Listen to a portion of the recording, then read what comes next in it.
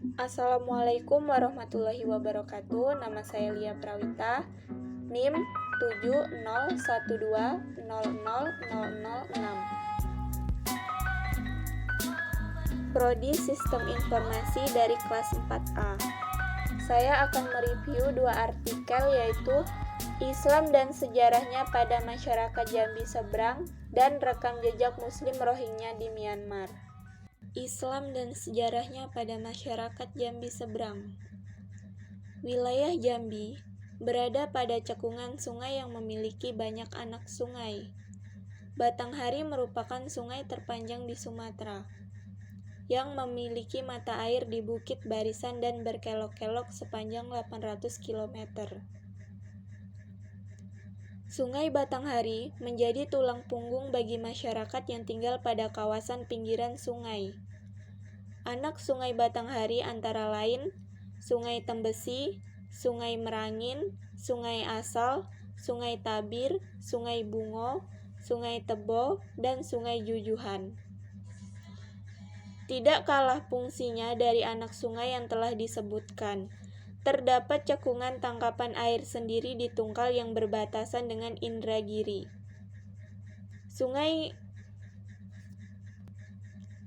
Sungai-sungai tersebut merupakan urat nadi yang menghubungkan antara wilayah dan dusun-dusun. Letak ibu kota kesultanan yang bernama Jambi tidak jauh dari tepi sungai, dan kawasan ini berada 90 km dari muara Sungai Batanghari. Posisi Jambi yang terletak tidak jauh dari garis khatulistiwa, menciptakan pemisah yang cukup jelas antara musim timur dan musim barat. Daerah Sungai Batanghari memiliki sejarah yang cukup panjang. Sebelum abad ke-19 Masehi, sungai menjadi sarana transportasi yang penting dari dan ke daerah pedalaman. Pengangkutan barang dan manusia dilakukan melalui jalur sungai. Hal ini terbukti dari beberapa situs arkeologi yang menunjukkan adanya pemusatan pemukiman kuno di beberapa tempat di pinggir Sungai Batanghari. Keberadaan Sungai Batanghari yang memiliki fungsi yang sangat penting bagi penyaluran komoditas lokal dan juga sebagai jalur transportasi yang menghubungkan setiap wilayah yang ada di Jambi, sehingga hubungan antara wilayah pedalaman dan pesisir dapat terlihat melalui perdagangan yang terjadi di sepanjang kawasan Sungai Batanghari. Sungai Batanghari merupakan jalur pelayaran dan perdagangan yang strategis pada masa lampau, apalagi pada masa jayanya Kerajaan Sriwijaya. Sungai Batanghari merupakan transportasi yang sangat diandalkan untuk melakukan pelayaran serta perdagangan baik secara nasional maupun secara internasional. Tidak hanya bidang ekonomi, sosial, budaya, bahkan agama, Sungai Batanghari memiliki manfaat besar bagi masyarakat di sekitar Sungai Batanghari.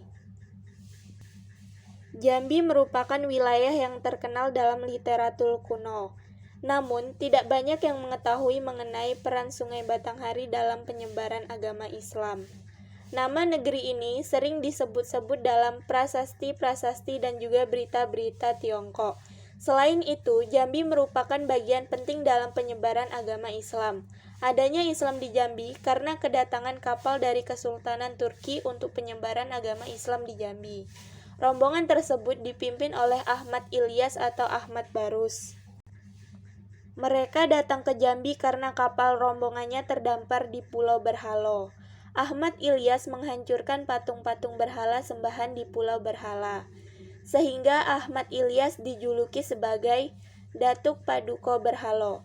Keberhasilan Datuk Paduka Berhalo dan anak-anaknya dalam mengislamisasikan masyarakat Jambi bukan berarti menyebabkan masyarakat Jambi menjalankan kehidupan Islam sepenuhnya. Namun, dalam proses penerapannya, masih belum sesuai dengan ajaran Islam dikarenakan mereka belum dapat membedakan mana yang halal dan mana yang haram. Sebab pada masa itu mereka masih dalam proses transisi dari ajaran Hindu-Buddha. Setelah Datuk Paduka Berhalo, munculnya tokoh Datuk Sintai sebagai penyebar agama Islam di Jambi meneruskan proses islamisasi. Datuk Sintai memiliki seorang putri bernama Nyai Resik. Beliau merupakan keturunan Cina. Selang waktu berlalu, karena Jambi merupakan jalur perdagangan, singgahlah seorang kebangsaan Arab bernama Al-Habib Husin Al-Barokbah bin Ahmad Barokbah. Beliau datang untuk hanya sebagai seorang pedagang melainkan juga menyebarkan ajaran Islam. Al-Habib Husain Al-Barokbah menikahi Nyai Resik untuk mempermudah proses islamisasi di Jambi, yang pada saat itu memang masyarakat. Jambi telah memeluk agama Islam, tapi kehidupannya belum terlepas dalam ajaran Hindu-Buddha. Disinilah misi Al-Habib Husain Al-Barokbah untuk menyempurnakan ajaran Islam yang ada di Jambi. Setelah 20 tahun menetap di Jambi, Al-Habib Husain Al-Barokbah memiliki banyak anak. Kemudian anak ketiga beliau yang bernama Hosim bin Husain, dialah yang meneruskan perjuangan ayahnya dalam menyempurnakan ajaran Islam yang berada di Jambi. Masyarakat Jambi pada umumnya berpendapat bahwa Islam masuk dan dibawa oleh Ahmad Salim tahun 1460 Masehi, sehingga tidak bisa dipungkiri bahwa kajian terhadap sejarah di daerah ini hanya kembali kepada rujukan yang telah ada saja. Untuk menentukan proses islamisasi di Indonesia pada umumnya dan di Jambi pada khususnya bukanlah suatu pekerjaan yang mudah, juga memakan waktu panjang, apalagi bukti-bukti arkeologis dan sumber-sumber asing kadang-kadang menunjukkan perbedaan-perbedaan yang mencolok antara bukti adanya orang Islam dan proses pengembangan agama. Bukti-bukti sejarah yang menunjukkan pendapat di atas adalah: 1. Makam Datuk Paduka Berhala di Pulau Berhala, suatu pulau kecil di gugusan daerah Tanjung Jabung, Provinsi Jambi, atau sekarang Provinsi Jambi, Kepulauan Riau. 2. Putri Selaras Pinang Masa dimakamkan di Desa Pamunduran, sebelah timur Laut Jambi. Pada kedua makam tersebut, pada waktu ditemukan tidak menjelaskan tahun. Demikian gambaran masuknya Islam di daerah Jambi. Akan tetapi, gambaran ini masih memerlukan penelitian lebih mendalam dan teliti sehingga pada masa tertentu nanti dapat ditemukan data-data yang dapat menjelaskan kekaburan sejarah masuknya Islam di daerah ini. Sebagian dari daerah seberang kota Jambi, mulai dari Kelurahan Olak Kemang sampai dengan Kelurahan Arab Melayu, terkenal dengan sebutan Pacinan. Artinya, tempat tinggal bagi para pedagang Cina. Sebutan ini diperkirakan telah ada sejak abad ke-18 Masehi. Berdasarkan peninggalan benda sejarah yang ada di Museum Negeri Jambi, seperti bejana yang terbuat dari porselin Cina dan dinasti Ming, dan hiasan yang terdapat di atas rumah atau bubungan yang berarsitektur Cina, maka dapat disimpulkan betapa besar pengaruh Cina dalam kehidupan kebudayaan masyarakat. Masuknya Islam di daerah seberang kota ini bersamaan dengan pindahnya kerajaan Melayu dari daerah Tanjung Jabung ke pedalaman Jambi, yaitu Tanah Pilih. Pada masa pemerintahan Rangkayo Hitam, Tanah Pilih sebagai pusat kerajaan hanya dipisahkan oleh Sungai Batanghari dari daerah seberang kota sehingga proses islamisasi daerah seberang kota bersamaan pula waktunya dengan pemindahan kerajaan Melayu tersebut. Hanya saja tidak dapat diketahui secara pasti siapa yang pertama kali menyebarkan Islam di seberang kota ini. Yang jelas, pada masa itu orang seberang telah mulai mengenal agama Islam karena di seberang kota ada bandar yang ramai dikunjungi oleh para pedagang asing, termasuk yang beragama Islam. Hanya saja, kalau ditanya tentang siapa, kapan, dan bagaimana cara pertama kali penyebaran Islam di seberang kota Jambi, belum diketahui secara pasti. Rekam jejak Muslim Rohingya di Myanmar. Myanmar terletak di antara India dan Bangladesh di sebelah timur. Muslim Rohingya, khususnya yang mendiami Arakan, berjumlah sekitar 3,5 juta jiwa. Ini merupakan sebaran dari 7 juta jiwa etnis Rohingya yang keseluruhannya tersebar di 4 kota Myanmar, seperti Maukdaw, Buthidaung, Akyab, dan Kyangtau. Secara genealogis, Muslim Rohingya berasal dari beberapa garis keturunan, meliputi Arab, Mor, Persia, Tur, Mughal, Pathan, Bangladesh, Rakhine, Chakmas, Belanda, dan Portugis yang kesemuanya tersebar di 4 ragam komunitas. Kehadiran Islam diarahkan sudah sejak abad ke-8 Masehi, melalui kehadiran Muhammad Hanifah. Namun, sejarah munculnya Muslim Rohingya memperoleh momentumnya ketika Arakan dikuasai Raja Naramekla. Setelah sempat memimpin Arakan pada akhir abad ke-14, ia menyerahkan kekuasaannya kepada bangsa Burma pada tahun 1404. Kondisi ini tidak berjalan lama, karena ketika pada tahun 1429, Jalaluddin Muhammad Shah dalam kapasitasnya sebagai pemimpin sementara kerajaan Bengal meminta kepada Raja Narakmekla untuk menyiapkan pasukan guna kembali merebut wilayah Arakan dari bangsa Burma. Di bawah Raja Narakmekla, Arakan menjadi negara Islam. Meskipun Narakmekla penganut Buddha, namun persinggungannya dengan kebudayaan Bengal atau Gaur membuatnya sangat menghormati agama Islam. Selain mengganti namanya menjadi nama Islam, Sulaiman Shah, ia juga memunculkan beberapa kebijakan penting seperti memindahkan ibu kota wilayah ke Merauk atau Patahhirkuila pada tahun 1433 dan menjadikan bahasa Persia sebagai bahasa nasional mereka. Dalam batas ini, Arakan menjadi kesultanan yang terlihat sangat intens bersentuhan dengan peradaban modern. Pada era ini, mereka seperti berada pada masa Renaissance yang penuh progresivitas dan mengantarkan Arakan sebagai tanah pijakan kaum Muslim Bengal dalam rentang periode 1430 hingga 1530 Masehi.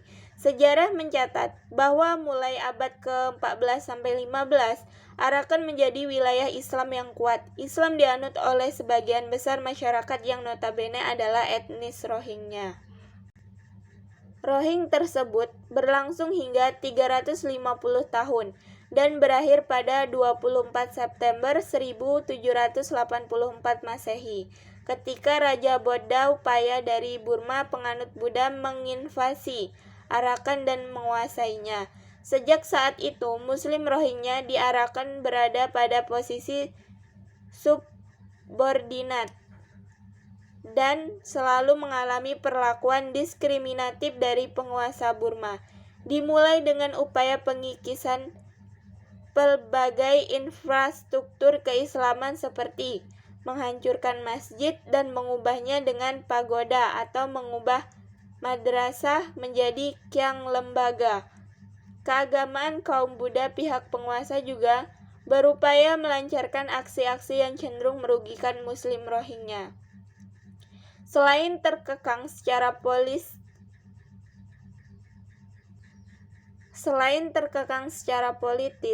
tidak diakui sebagai warga negara. Mereka mengalami perlakuan diskriminatif baik dalam ekonomi, sosial, budaya, dan agama. Kondisi ini sedikit mereda pasca pecahnya Perang Anglo-Burma pertama pada tahun 1824 sampai 1826. Karena sesuai perjanjian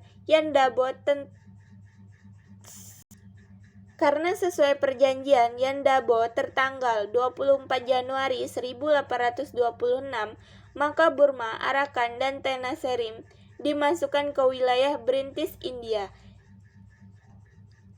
Ini berarti baik Burma ataupun Arakan masuk dalam satu kekuasaan British India, dan tentunya berakibat pada dilindunginya Muslim Rohingya dari bentuk perlakuan diskriminatif yang pernah dialami sebelum diberlakukannya ratifikasi perjanjian ini. Namun berdasarkan pada Government of India tahun 1935, diputuskanlah bahwa mulai 1 April 1937 Burma terpisah dari British India, dan selanjutnya secara de facto Arakan menjadi bagian dari British Burma. Dari sinilah penderitaan Muslim Rohingya semakin mengental, terlebih ketika pada tahun 1948 Burma secara de jure memperoleh kemerdekaannya dari Inggris. Proses kemerdekaan ini dimulai ketika Jenderal Aung San, ayah tokoh pro-demokrasi Aung San Suu Kyi, dan perwakilan dari berbagai etnis di Burma sepakat untuk menandatangani perjanjian penyatuan Burma tertanggal 12 September 1947 yang bertempat di Pinlong, Provinsi Shan. Kedua belah pihak sepakat untuk bersama-sama merebut kemerdekaan dari Inggris dan membentuk negara federal Burma yang terdiri atas provinsi atau negara bagian sesuai dengan komposisi etnis yang ada. Momen penting tersebut faktanya sama sekali tidak melibatkan Muslim Rohingya yang notabene merupakan penduduk pribumi setempat. Tidak ada satupun perwakilan etnis Rohingya yang diundang untuk menghadiri peristiwa besar tersebut. Berbeda dengan etnis lain yang berhak mendirikan provinsi sendiri, etnis Rohingya kehilangan haknya, bahkan wilayahnya. Arakan diserahkan kepada etnis Rakhine yang beragama Buddha.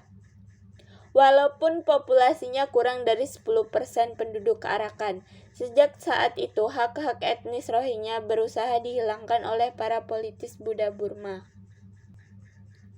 Demikian, bahwa meskipun telah ada sejak beberapa lamanya, Muslim Rohingya dalam faktanya selalu dialienasi dari dunianya sendiri.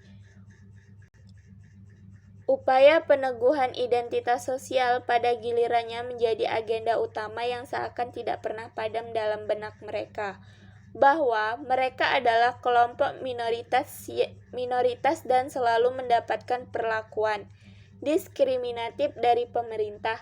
Itu sulit dinafikan, tetapi bahwa mereka bukan bagian dari Myanmar jelas dalam pandangan mereka merupakan sebuah kesalahfatalan yang faktanya dipercaya segenap elemen pemerintah Myanmar saat ini.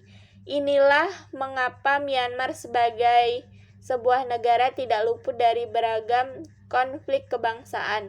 Perlakuan pihak junta atau pemerintah yang lebih menekankan kediktatoran kepada para warganya. Tidak ayal mereka menyuburkan pertumbuhan kehidupan masyarakat yang syaraf konflik. Inilah posisi yang harus ditepati oleh segenap Muslim Rohingya. Alih-alih menemukan kedamaian di negaranya sendiri hingga kini, mereka justru seakan tersiksa dalam kubangan kediktatoran pihak junta. Untuk saat ini dan sangat besar kemungkinan untuk beberapa dekade ke depan, sulit membayangkan Muslim Rohingya hidup dalam bingkai kedamaian. Selama pihak junta memegang teguh ideologisasinya, jelas tidak akan ada tempat yang ramah untuk Muslim Rohingya, maka mengungsi lari dan mencari suaka ke berbagai negara. Alhasil menjadi pilihan paling mungkin yang selanjutnya harus mereka jalani di kemudian hari.